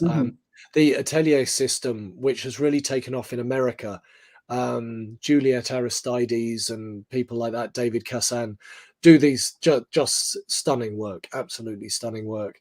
But yeah, I think for me, I got to this point where, because I teach, that gets food in the cupboard. So I'm able to paint for the love of it, but also because Melanie and I, are such a team, we tend to enthuse each other. So, she'll be working some magic into one of her corn dollies, or a spell, or a talisman, or one of her charms. And half the time, that might make me think, oh, wow, actually, yeah, I could do that with such and such. And those ideas just bounce off each other. And that's that's what I find from OBOD and from listening to these talks. There is such a richness with the members and what they do and what we hear from them, that I think that's what we missed when we first moved here. You can still do all the magical ritual, you can do all those things, you can be in touch with the land, and we really were, because with no electricity in the house, we have a fairy fort up the road, and we saw so many strange things. Now it's died back a bit because, of course, the minute you switch your electricity on, you've got a ring main around your house. And I can feel when our electricity goes off if we get a power cut. And that changed the amount of sightings we had here of strange figures and faces in the hedgerow and things like that. But yeah, that creativity, being able to bounce ideas off each other, is a wonderful part of it. Yeah, I remember talking to an OBOD member years and years and years ago, and she said she got lights for her garden, Mm. and she had them dotted around the garden, and she was really, really thrilled. And the first evening, she heard this voice, turn out those bloody lights. And she looked around and she saw nobody, and she got rid of them. And since then, I have never been able to put lights in the garden unless I'm putting night lights to light people in the dark. We're going out to our grove for, say, at Samhain and at the solstice, so that they don't trip and fall. Yes. But I've never been able to. People have garden lights, in their garden. I can't do it simply because she told me that. And I feel, no, can't do it. I can't do it. So it's really interesting. Yeah, it's funny, actually. I mean, when we turn our lights off, like often, because obviously, Melanie particularly, because I'm working, so I get up at 6:30 in the morning and I'm off, and I do my work and stuff like that, which is strange because there's me going on about I'm the unsociable one, but my work is quite social. Whereas Melanie now is very much working, integrally with her magical work. So, for instance, she'll wake up at 3 in the morning and see the moon and decide, time to bless all those things I've made. And off she'll go out. And of course, because we are in the countryside, there's no street lighting, there is no light pollution, and we don't have any lights out. So when you step outside, if it's full moon, it's like daylight under a filter. And if it's darker the moon, you'll walk into the edge of the house without knowing it's there. That's right. And it's beautiful. That's it. That is. And I remember when we were working on the house at the beginning, Melanie was painting some of the wood we'd put up somewhere, and we still had no electricity, and she said she heard these bare feet just kind of slap their way, just come into the kitchen behind her. And she just said over her shoulder, she just said, "Look, you're welcome here as long as you mean no harm." And they padded out, and that was it. And things like that were, happen, I think, when the power goes off. But it's, I think the light story is probably it sounds very, very similar to experiences we would have had. Yes. Mm. So, Yeah. have we got another one? We do. This is our last one, is it? Yes, this is the last one. Yeah. So, funnily enough, what I've done is, because I work with a lot of young people, each year I try to say to a couple of them, guys, let me do a portrait. I'll do it for free. I keep the original. I give them a copy of it. I also put a digital copy over at the printers so they can get as many as they want. And a copy goes up in the center. So we have this array over the last kind of 10 years since I've been doing it, of some of our students through the years. Now, the middle one was actually one of my students came in one day and he just said, "Look, this is my niece. You've got to do that." So, that was kind of a commission. The girl on the right, we often have a lot of the Roma in the center, and they're just fantastic. There's such a richness to the music that comes in, the discussions that come in. We'll have usually what we'd often find in a class, we might have sort of a third might be local settled people, a third might be travelers, a third might be Roma. And so this girl had said to me, "Okay, would you do a portrait?" And I said, "Yeah, absolutely." And normally I would have just snapped a picture in the classroom, said, "Does that look okay?" But no, she said, "No, I'll get a picture." Evidently, I think her hair took about 3 hours to do. And when she brought the photo in, I didn't recognize her. Um, honestly, I wouldn't have known who this was. But she was just what, great student. And Benji, he's the guy on the left there. Again, real character, great big tall guy, and really great sense of humor. And you'll just occasionally get someone that says, "Yeah, do this." And so I just settle down with their picture and with a 2H pencil, which is quite a hard lead, and just work away and get lost in it. And it's a bit of contact. It's a bit of nice to give something. When Blazina, the girl on the right, when she got her picture, she was so delighted. She went over to the print shop and got an A0 version of it. Oh, and went home. So yeah, it's just again, that's just a bit of the getting back to the pencil drawing. So I put that on at the end. And again, I'm struck with the eyes. So when I look at the guy on the left, it's like, wow. And then I see the woman on the right. Yeah. And then the girl, the little one in the middle. Yeah, it's like, actually, what color are her eyes? It's almost like she's darker skinned, but her eyes must be pale green. I don't know, but it's just incredible. They are absolutely magical. I think children of that age carry, it's almost like their spirit is not contained by their body. It just flows out. And the character in that look, when he brought it in, because I don't, if I started doing commissions for everyone for their family, I'd never do anything else, especially for free. But he brought it in. He said, "Look, you've got to do that one." And so I said, "Actually, fair enough, I will." And so I actually did it on a darker paper so that I could use the white to bring out that kind of freshness to the skin and just that light in the eyes. I don't know, she's probably about I don't know how old she would have been there, but that's got to be maybe 6 years ago now, so probably has a lot more attitude by now. Wow. Anne says our first child born 15 weeks premature and in hospital for 3 months. Did not talk as early as other children. Wait a second. Sorry. I just want to, we've lost that. It's gone down. As other children of the same age. But before talking, he was drawing simple human faces as a way to communicate with us. We still have these drawings of faces and they're amazing. Pure feeling. Wow. Yeah.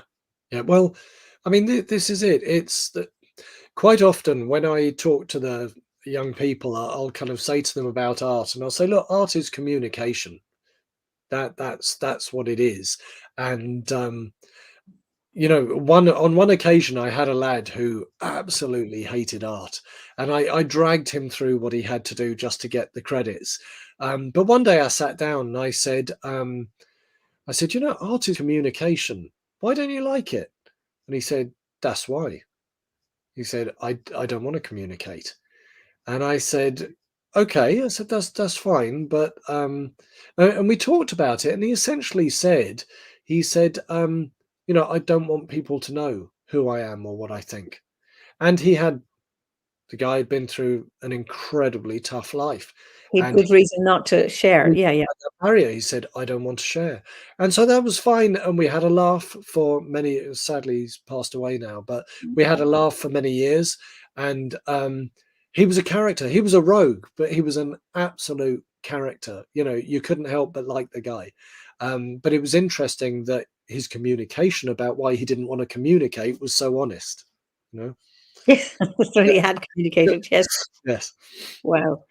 Oh, well, they're just absolutely. It's a pity there's not more. And somebody put it that obviously people have been checking your website, that you do drawings or portraits of babies. Well, yeah, again, that's something quite often family or friends have got in touch and said, could you do this? And yeah, well, this is the thing. I love the drawing. And so, yes, I absolutely do. And I love doing them. It really is a pleasure. It's like when I get 3-4 hours into a drawing, it's that same feeling you get when you're deep in ritual and the time just doesn't have any meaning anymore. It's just wonderful. So yeah, I do, and that is the drawing is very much within my comfort zone. So for instance, a drawing I'll sit down to and I'll get it done in a couple of weeks, but I've got paintings upstairs I've been working at for 5 years. So yeah, so the oil painting is a bit slower. Jamie says just about the communication piece. Yes, it is communication. Well said. It's a language. Whoa, that was an interesting story about sharing self. Thank you for sharing that, Jem. Yeah. And I think it's really interesting about that young man who was aware of how art would have revealed more of himself. Yeah. Had a very deep appreciation of what you can convey through your work. Yes, yeah, he's as I said, it was there was so much going on. I think he just felt it was something he couldn't open up because there was too much there. But sometimes I find with a lot of people we might deal with, and actually just with each other, we have this saying about, often a young person just needs one good adult. Yes. Often with friends, it can just be one comment they need to hear. And it's getting that right comment, knowing the right thing to say, and sometimes it's just being there. Like I was saying with visiting my mum, um, you know, you're not going to sit there and sort of be the druid and spill wisdom. Wish I could, but I don't have a memory for that. Sometimes you just got to be there. It's a company, the time we share with each other, that's important. Oh, presence. Yeah. As Yes. presence, not presents. Yes. Yeah. And presents. Yeah. Well, yeah. Yeah. That the being with, and often without words, that it's just being there can be really, really important. Or those full silences between you and the other person. Yes. How nurturing and healing that can be. Yeah. Yeah, absolutely. So we have spent all this time talking about art, and I bet you there were hundreds of more things that we haven't discussed. So, Yes. Yeah. but it's been absolutely just amazing. Like I often ask about, achievements. You have certainly, these are just incredible achievements. Pat says to keep you going till midnight. I'd love to do that. But what are you grateful for? You know what?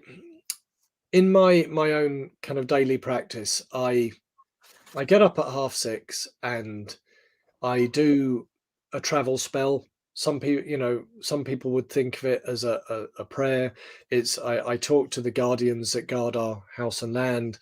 I talk to kind of what I would term allies. You see, when I was in the UK, I worked with the beach. I grew up under this beech tree that eventually I had my magical working under, and then got handfasted under, and so I always worked with the beach. But when I moved here, strangely enough, it was the blackthorn I made connection with. The blackthorn for me was being a stranger in a strange land, and moving here when I did it was a very strange time and not always welcomed by not by everybody. Yep. You meet all sorts wherever you go, and the blackthorn gave me such a strong feeling of protection and welcome. it was part of our linking with the land. That was an incredibly strong thing. So I do that. I work with these different energies, and I usually end up, because my journey into work is about 45 minutes, and that's usually I would start my work about quarter of an hour before I leave, and I usually finish as I'm driving into the car park, and I've usually finished off with the Druid's Prayer and the Druid's Prayer for Peace, and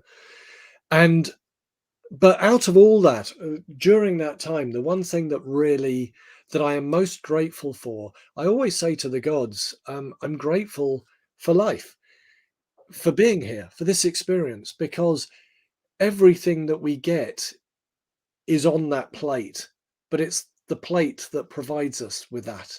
It's, the blessing of actually enjoying this incarnation, and experiencing it is the first thing. It holds everything else within it, and that's what I'm really grateful for, is this experience. Wow. Yeah. That's absolutely beautiful. Is there anything you change about your life? It's funny, actually, because when Melanie and I were talking through before she spoke to you, this was a question that came up a few times, and my first response in a classically kind of stubborn and egotistical way was, no, I've learned from my mistakes, and etc., etc. Actually, I think Adrian said this sort of better than me in a sense, but in time I've realized, because I can be very inside my own head, and I can be, a bit withdrawn. The emotion is there, being the kind of classic scorpionic thing.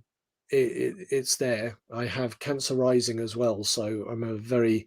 I actually have 7 planets.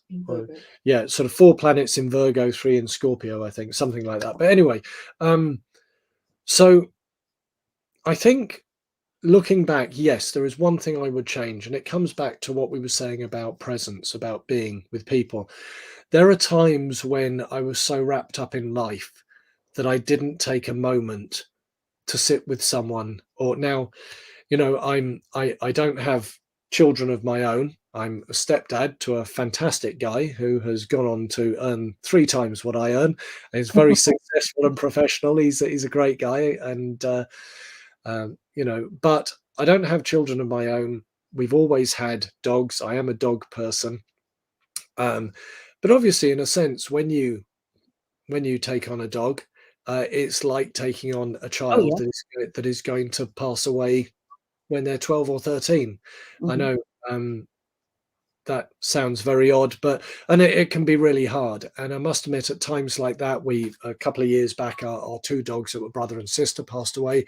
And yeah, you do look back and you think, there were times when I could have taken 20 minutes more to just sit with them, to take that time. And I think, it's the whole thing John Lennon said about life is what happens when you're busy making plans. That's the only thing I regret, is that, and maybe a part of it, I think, is a very male energy, this sort of out and doing, that I can get very stuck in my own head. And I think the only thing I would ever regret is, like with Jan, my fantastic art tutor, when we were over here, because we didn't have the money to go anywhere, he would say to me, "Oh, when you come over to London, come and visit me and things." And I kept putting it off, and I didn't know at the time he had prostate cancer. Oh. And when I finally made the time, he had died. And things like that, I think it's so easy to forget that. I love Stoicism. I read a lot of Stoicism. I love Marcus Aurelius. And this whole idea of, live every day as if it could be your last, because it's so important. Those times are important. So yes, I've now given you a really long answer for what I would change. Whereas when I was first discussing the question with Melanie, my attitude was, no, nothing, So yeah, that's I don't think it's particularly a male thing. I think we all get busy. There've been times when my kids were young, when I've been working all day. I'm tired, exhausted. I have to cook. And things have to be done. And one of them wants my attention. And I'm saying, I can't do it now, because if I don't feed you now, there's going to be a knock-on effect. But what they needed was that time and not being able to do it. And I think missed opportunities. And I think that's for any of us, because any of us who's busy, and I think that applies to most of us. Yeah. You know. Yeah. So Absolutely. Sean Hinchliffe, who's in West Yorkshire, has a question. Do you incorporate another faith with your Druidry, or is it Druidry alone? He asks because Philip Cargom once said he mixes different faiths and gets ideas. Well, it's interesting. As I said to you, I kind of started walking a pagan path when I was fairly young. But all the years before that, it always strikes me as funny when people, people say, "Oh, what do you believe?" And I think Jung said it best. He said, "I don't believe, I know." And for as long as I can remember, I was talking to God as a kid.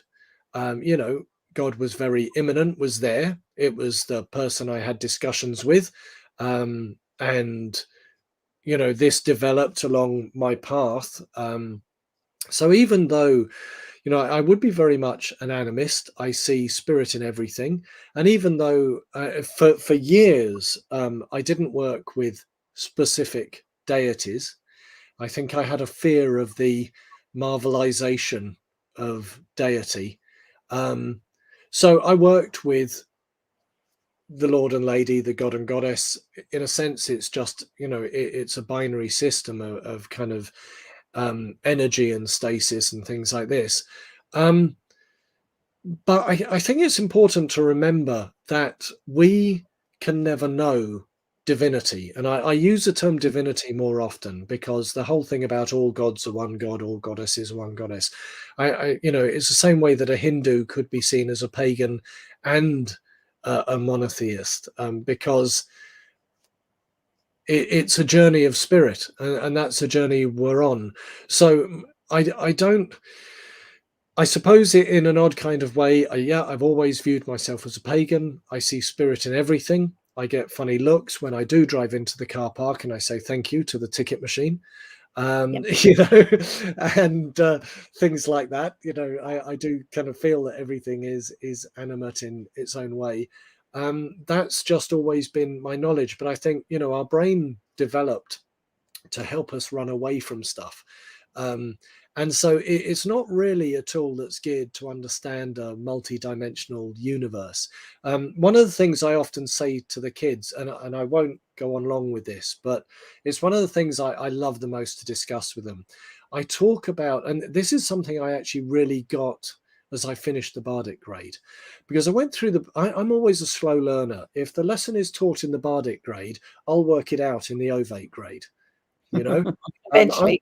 I'm the one who 2 hours after class finished goes, oh, like that, but basically I often say to them, I talk about the fact that, science has kind of talked about cell replacement. And there's this common thing where they basically say, over the period of 5 to 7 years, every single cell in your body has been replaced. Now, I'm not saying there's something special about that period of time. But when I say that, and I'm discussing this with young people, I say, okay, so do you remember something from when you were 9? And they'll say, yes. And I'll say, tell me a story. Tell me what that was. And they'll come out with this story. And I'll say, okay, so we know that every single cell in your body has been replaced since that time. So who remembers the story? Because there is nothing sitting in that chair that was there when the events you're describing happened. And it makes you realize that we are not this single being walking through the world. We're a story that is telling itself endlessly to itself while it's replacing bits. I often, so this is why I kind of look at the world as animate, because I view myself more like a city rather than one object, and I think everything around is like that. So sorry, it's been a rather long-winded way of explaining that. I'm not sure my kind of belief system, Druidry for me has brought in a fascination with the world. I suppose a lot of my Druidry is more like a philosophy, although I would say older philosophy. New philosophy seems to have gone into an area of navel gazing and discussing the meaning of a word. But yeah, so I would say probably I take a bit from many different people that think different things. I love The Prophet, the poem. I took so much from that. I'm actually listening through the Bible on audiobook just out of pure curiosity. I really get what people get from Christianity. I don't really get the story side of it. It's fascinating as a historical document. I read the Sinzing Ming, which is a 6th century. It's basically the root of Zen Buddhism, and all of these things they're just different people looking at the same thing in different ways. So yeah, it's I'll have to go out and buy a sort of splendid frock and start my own religion.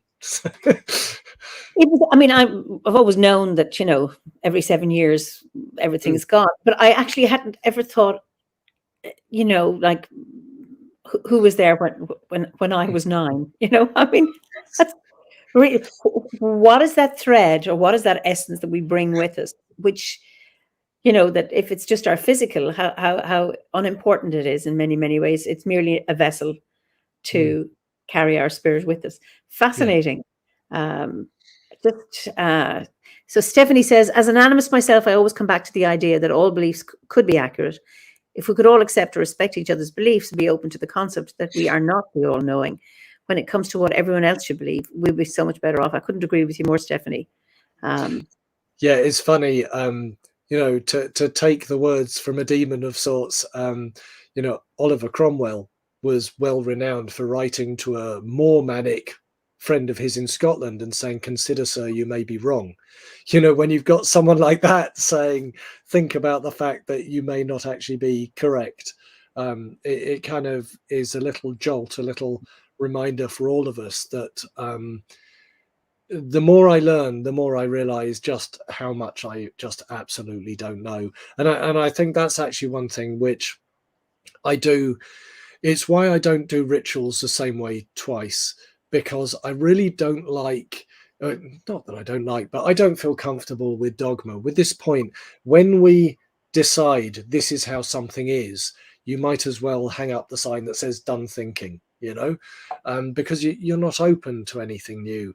So I'm just learning all the time, and it's why I love the job I do, because whether I'm teaching, like I was teaching one lady in her 90s, Melanie, I think one of the students was, or I'm teaching someone who's 15 and just joined the centre, I'm just blown away by how much I learn from them all. It's wonderful. Just Gabriella corrects you. Brain cells don't get replaced. They last the entire lifetime. The rest of the cells get replaced. Interesting. I don't know. I certainly, in some of the bits I'd read, it actually said every cell was replaced, but that's fascinating if that's well, the case. This is something for us all to research. Yeah, exactly. Something to look up. But I do feel it's, I mean, this is why they're finding that a lot of people's memories can be so questionable, because it is a case of Chinese whispers. And when you look at the fact that our life is a story we're telling, that to me just suddenly, that everything that I developed through the Bardic grade just fell into place. And I thought, wow, of course, we're all storytellers because we're living a life. That's right. So we're coming to the end. And I mean, I wish we didn't have to come to an end, but if you're getting up at 6 a.m, you need to get to sleep. I am not a morning person. I am a night owl. So my last question, what is your favorite season and what is your favorite ceremony to mark the Wheel of the Year? My favorite ceremony,